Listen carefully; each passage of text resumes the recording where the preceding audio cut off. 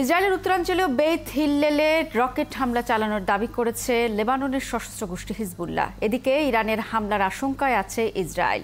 এই অবস্থায় মার্কিন প্রেসিডেন্ট আশা প্রকাশ করেছেন প্রতিশোধ নেওয়ার হুমকি থেকে সরে দাঁড়াবে ইরান। এদিকে হামলার আশঙ্কায় দ্রুত নিজ দেশের নাগরিকদের লেবানন ছাড়ার নির্দেশ দিয়েছে যুক্তরাষ্ট্র, যুক্তরাজ্য সহ কয়েকটি দেশের সরকার। সৃষ্টি ঘটকের প্রতিবেদন। এখন দ্বিমুখী হামলার আতঙ্কে ইসরায়েল, একদিকে লেবাননের সশস্ত্র গোষ্ঠী হিজবুল্লাহ আর অন্যদিকে ইরান সরকার। তেহরানে হামাস নেতা ইসমাইল হানিয়ার হত্যার প্রতিশোধ নিতে যেমন আটঘাট বেঁধে নেমেছে ইরান, তেমনি নিজ কমান্ডার ফুয়াদ শকরের হত্যার বদলা নিতে মরিয়া হিজবুল্লাহ। স্থানীয় সময় রবিবার ভোরে 50টিরও বেশি কাতিউশা রকেট দিয়ে ইসরায়েলে হামলা চালায় হিজবুল্লাহ। ইসরায়েলের উত্তর গ্যালিলি অঞ্চলে আয়রন ডোমকে একাধিক রকেট প্রতিরোধ করতে দেখা গেছে। এসব রকেট ইসরায়েলের বেইত হিলেল, কিরিয়াত শমোনা এবং মিসিগাভ আমের বসতিতে আঘাত এনেছে বলে জানা গেছে। পাল্টা জবাবে ইসরায়েলি সামরিক বাহিনী জানিয়েছে, দক্ষিণ লেবাননে একাধিক হামলা চালিয়েছে তারা, যার মধ্যে একটি ড্রোন হামলায় দেইর সেরিয়ান গ্রামের এক হিজবুল্লাহ যোদ্ধা নিহত হওয়ার দাবি করেছে তেল আবিব।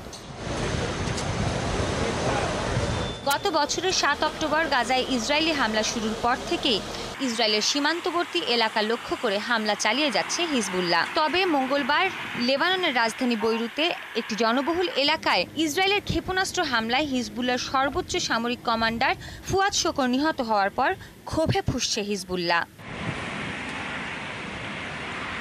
এদিকে হিজবুল্লাহ কমান্ডার শকর নিহত হওয়ার কয়েক ঘন্টা পর ইরানের রাজধানী তেহরানে হামলায় নিহত হন হামাস প্রধান ইসমাইল হানিয়া। এরপরই আশঙ্কা দেখা দিয়েছে হিজবুল্লাহ ও হামাস একসঙ্গে ইসরায়েলের উপর হামলা চালাতে পারে। এদিকে ইসরায়েলে হামলার হুমকি দিয়েছে ইরানও। তবে মার্কিন প্রেসিডেন্ট জো বাইডেন আশা প্রকাশ করেছেন, ইসমাইল হানিয়া হত্যার প্রতিশোধ নেওয়ার হুমকি থেকে সরে দাঁড়াবে ইরান। সৃষ্টি ঘটক, ৭১। ফিলিস্তিনের স্বাধীনতাকামী সংগঠন হামাস প্রধান ইসমাইল হানিয়া হত্যায় স্বল্প পাল্লার ক্ষেপণাস্ত্র ব্যবহার করা হয়েছে বলে জানিয়েছে ইরানের রেভলিউশনারি গার্ড কোর আইআরজিসি। শনিবার এক বিবৃতিতে আইআরজিসি জানিয়েছে, প্রায় 7 কেজি ওজনের বিস্ফোরক বহনে সক্ষম স্বল্প পাল্লার ক্ষেপণাস্ত্র ব্যবহার করে হামলাটি চালানো হয়। আইআরজিসি দাবি করেছে, তেহরানের যে ভবনে হানিয়া অবস্থান করছিলেন ওই ভবনের বাইরে থেকে হামলাটি চালানো হয়। আইআরজিসির বিবৃতিতে আরও বলা হয়, এই হামলায় মার্কিন সরকারের সমর্থন ছিল, যদিও বিভিন্ন সূত্রের বরাত দিয়ে দ্য নিউ ইয়র্ক টাইমস জানিয়েছে 2 মাস আগে ওই গেস্ট হাউসে বসানো বোমার আঘাতে হানিয়া নিহত হয়েছেন। গোপনে ওই বোমাটি ইরানে পাচার করা হয়েছিল বলে ধারণা করা হচ্ছে।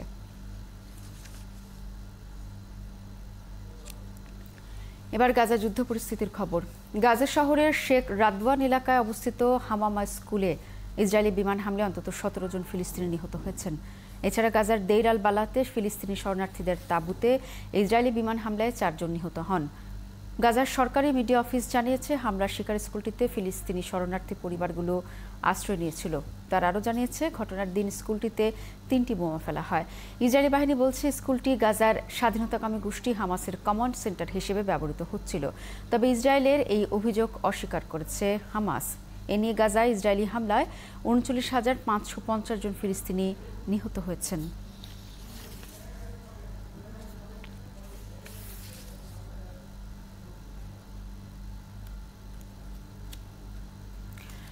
গাজা উপত্যকার ব্যবহৃত নোংরা পানিতে মিলেছে পোলিও ভাইরাসের অস্তিত্ব। শুধু এক জায়গার পানি নয়, দক্ষিণাঞ্চলীয় খান ইউনিস ও মধ্য গাজার বেশ কয়েকটি জায়গার নর্দমার পানি পরীক্ষা করেও পাওয়া গেছে পোলিওর ভাইরাস। এই অবস্থায় সম্প্রতি সেখানে পোলিও মহামারী ঘোষণা করে অবিলম্বে যুদ্ধবিরতির আহ্বান জানিয়েছে বিশ্ব স্বাস্থ্য সংস্থা। সৃষ্টি ঘটকের প্রতিবেদন।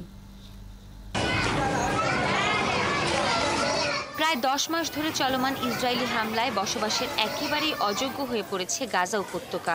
তারা অতিরিক্ত নোংরা পানি ব্যবহার করে চালিয়ে যাচ্ছে দৈনন্দিন সব কাজ। এতে রোগ বালাই বাড়ছে খুব দ্রুত।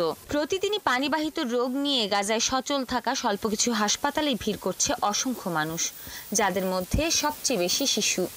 এরই মধ্যে নর্দমার পানিতে পোলিও ভাইরাস শনাক্ত হওয়ায় বেড়েছে উদ্বেগ। পোলিও সাধারণত মানুষের বর্জ্য থেকে ছড়ায়। গাজায় দীর্ঘদিন ধরেই পয় নিষ্কাশন প্রক্রিয়া পুরোপুরি ভেঙে পড়েছে, যার ফলে পোলিও ভাইরাস ছড়িয়ে পড়েছে। কিন্তু এটির সংক্রমণ শুরু হলে মানুষ নতুন করে মহামারী দেখবে। পাশের দেশগুলোতেও ভয়াবহভাবে ছড়িয়ে পড়তে পারে এই ভাইরাস। গাজার দক্ষিণাঞ্চলীয় খান ইউনিস ও মধ্য গাজার অন্তত 6টি নর্দমায় পাওয়া গেছে পোলিও ভাইরাসের উপস্থিতি। এরপরই গাজায় পোলিও মহামারী ঘোষণা করেছে বিশ্ব স্বাস্থ্য সংস্থা। বর্তমানে শুধু পাকিস্তান ও আফগানিস্তানে পোলিও মহামারী হিসেবে রয়ে গেলেও এ ভাইরাস ছড়িয়ে পড়তে পারে এমন 30টি দেশের একটি তালিকা রয়েছে।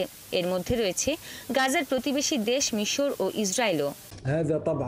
পোলিও থেকে শিশুদের মৃত্যু হতে পারে, আর এই রোগ ছড়ায় খুব দ্রুত।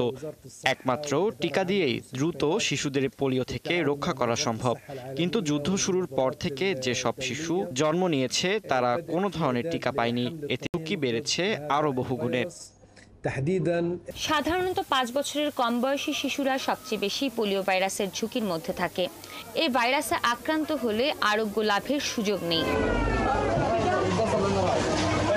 ইতোমধ্যেই গাজায় 10 লাখ পোলিও ভাইরাসের টিকা পাঠিয়েছে বিশ্ব স্বাস্থ্য সংস্থা। কিন্তু গাজায় পাওয়া পোলিও ভাইরাস CVPV2 সাধারণ টিকায় প্রতিরোধ করা সম্ভব হবে না বলছেন চিকিৎসকরা।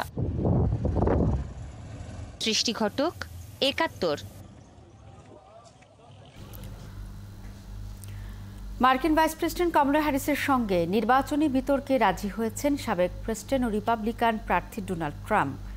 ফক্স নিউজ আয়োজিত বিতর্কটি অনুষ্ঠিত হবে আগামী 4 সেপ্টেম্বর। শুক্রবার দলীয় প্রতিনিধিদের ভোটে কমলা ডেমোক্রেটিক প্রেসিডেন্ট পদপ্রার্থী হিসেবে মনোনয়ন পাওয়ার পর এই ঘোষণা দিয়েছেন ট্রাম্প। নিজের অফিসিয়াল সামাজিক যোগাযোগ মাধ্যম এক্স হ্যান্ডেল ট্রুথ সোশ্যালে একটি পোস্ট করা কমলার সঙ্গে ডিবেটে অংশ নেবেন বলে ঘোষণা করেছেন ট্রাম্প। এর আগে জুন মাসে ABC নিউজ জো বাইডেনের সঙ্গে এই ডিবেটের আয়োজন করেছিল, তবে তা বাতিল হয়ে যায় কারণ বাইডেন আর প্রেসিডেন্ট পদপ্রার্থী নন।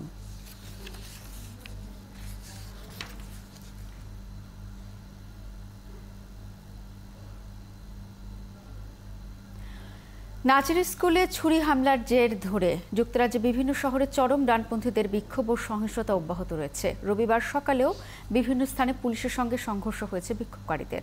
বিক্ষোভ থেকে সহিংসতার অভিযোগে শনিবার অন্তত 90 জনকে আটক করা হয়েছে। পুলিশ জানিয়েছে Liverpool, Bristol, Manchester, Blackpool, Belfast ও হল সহ বেশ কিছু শহরে বিক্ষোভ চালিয়ে যাচ্ছে চরম ডানপন্থী অভিবাসন বিরোধীরা। অনেক স্থানে পুলিশের উপর হামলা, বোতল ও ইট নিক্ষেপ, দোকানপাট লুট, গাড়ি ভাঙচুরের মতো ঘটনাও ঘটেছে। তবে ঘৃণা বিদ্বেষ ছড়িয়ে দেওয়ার চেষ্টাকারী চরমপন্থীদের বিরুদ্ধে ব্যবস্থা নিতে পুলিশ বাহিনীকে পূর্ণ সমর্থন দেওয়ার ঘোষণা দিয়েছেন প্রধানমন্ত্রী কিয়ার স্টারমারের সরকার।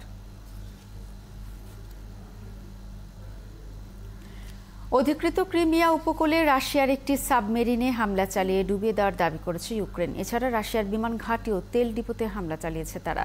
ইউক্রেনের সামরিক বাহিনী বলেছে দেশটির মোরোজোভস্ক বিমান ঘাঁটি ও রাশিয়ার 3টি অঞ্চলে বেশ কয়েকটি তেলের ডিপো, জ্বালানির সঞ্চয় কেন্দ্রে রাতভর হামলা চালিয়েছে তারা জানিয়েছে বিমান ঘাঁটিটিতে করা হামলাটি একটি গোলাবারুদ ডিপোতে আঘাত হানে। সেখানে অন্যান্য সরঞ্জামের মধ্যে গাইডেড এরিয়াল বোমা সংরক্ষণ করেছিল রুশ বাহিনী। ইউক্রেনের প্রেসিডেন্ট ভলোদিমির জেলেনস্কি এক টেলিগ্রাম বার্তায় বলেন, রুশ যুদ্ধ বিমান যেখানেই চিহ্নিত হোক না কেন সেগুলো সব কার্যকর উপায়ে ধ্বংস করতে হবে।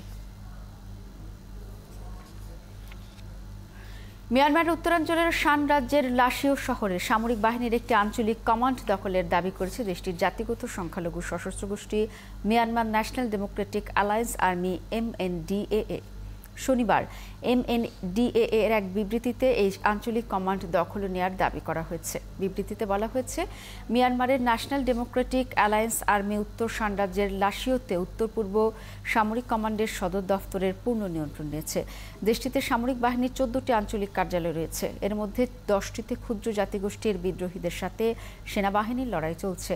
শান রাজ্যে বিদ্রোহীদের চালানো অভিযানের মধ্যে গুরুত্বপূর্ণ ছিল চীন সীমান্তে লাউক্কাই শহর দখল।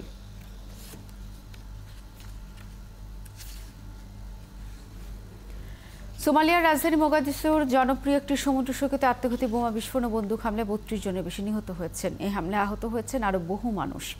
দেশটির পুলিশের মুখপাত্র আবদি ফাহতাহ আদান হাসান সাংবাদিকদের বলেছেন, হামলায় ৩২ জনের বেশি বেসামরিক মানুষ নিহত হয়েছেন।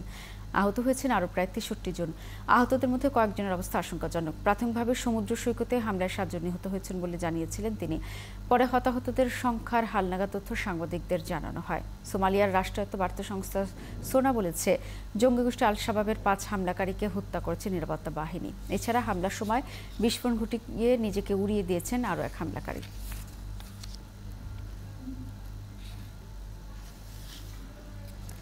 টানা ভারী বৃষ্টিতে ভারতের হিমাচল রাজ্যের বিভিন্ন জায়গায় ভূমিধস হয়েছে। এতে বন্ধ হয়ে গেছে প্রায় ১১৪টি সড়ক। হিমাচলের দুর্যোগ পরিস্থিতি মোকাবেলা বিভাগ জানিয়েছে, রাজ্যের মান্ডিতে ৩৬টি, কুলুতে ৩৪টি, সিমলায় ২৭টি, লাহোল এবং স্পিতিতে ৮টি, কাংড়ায় ৭টি, কিন্নর জেলায় ২টি সড়ক বন্ধ রয়েছে। ২৭ জুন থেকে ১ আগস্ট পর্যন্ত রাজ্যে বৃষ্টির কারণে দুর্ঘটনা হয়ে প্রাণ গেছে ৭৭ জনের।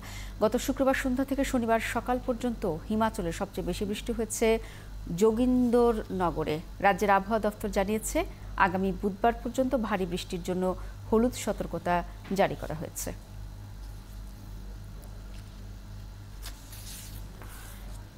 এদিকে চীনের দক্ষিণ পশ্চিমাঞ্চলীয় সিচুয়ান প্রদেশে বন্যা ভূমিধসে ২ জন নিহত হয়েছেন। এছাড়া ২টি পৃথক ঘটনায় নিখোঁজ হয়েছেন আরও ১৭ জন।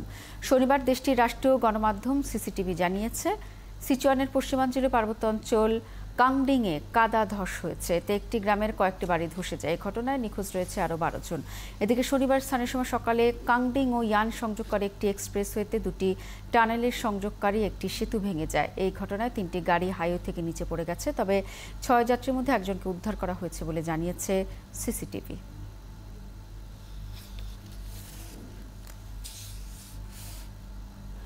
এতক্ষণ সাথে থাকার জন্য ধন্যবাদ। কাল একই সময় আবারও হাজির হবে বিশ্বযোগ। সরাসরি সংবাদ অনুষ্ঠান দেখতে থাকুন ৭১ ফেসবুক পেজে এবং সাবস্ক্রাইব করুন ৭১ ইউটিউব চ্যানেল। ৭১-এর সাথে